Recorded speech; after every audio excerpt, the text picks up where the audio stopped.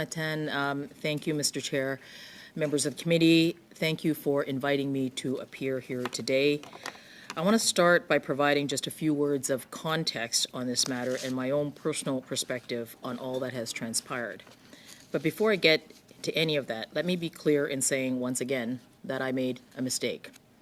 My office contracted services from someone close to me, a friend, someone capable, an expert in her field, and qualified. But because of our friendship, I should have recused myself from any and all dealings. For that, I have apologized to my colleagues, to the House, to the public, and I want to start this appearance by apologizing here again directly to the members of this committee. Pour cela, je me suis.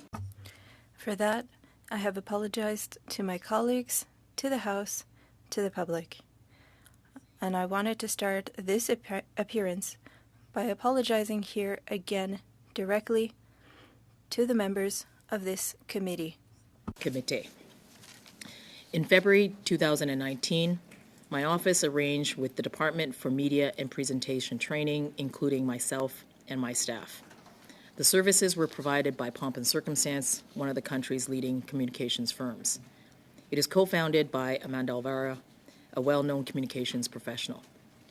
The value of the contract was well below the threshold set in Part 7.1.1 of Treasury Board guidelines, and I believed what we were in full compliance with all relevant rules. A year later, in March 2020, we turned to Pomp and Circumstance again for support. It was a time of enormous emergency and urgency at the beginning of the pandemic, and demand for information about new emergency programs was intense, especially for Canada's small businesses. Departmental resources were clearly going to have to be supplemented.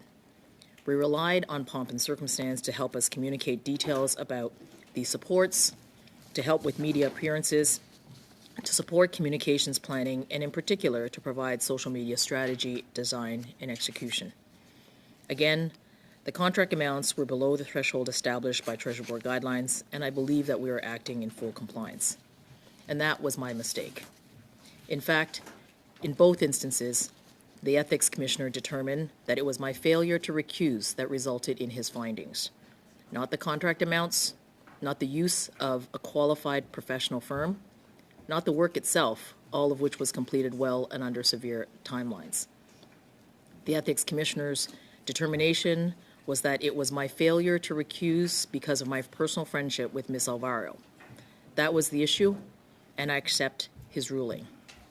All contract awards were publicly disclosed. I cooperated fully with the Commissioner's examination. I've accepted the findings. I've implemented new protocols in my office and with the department, and I have apologized.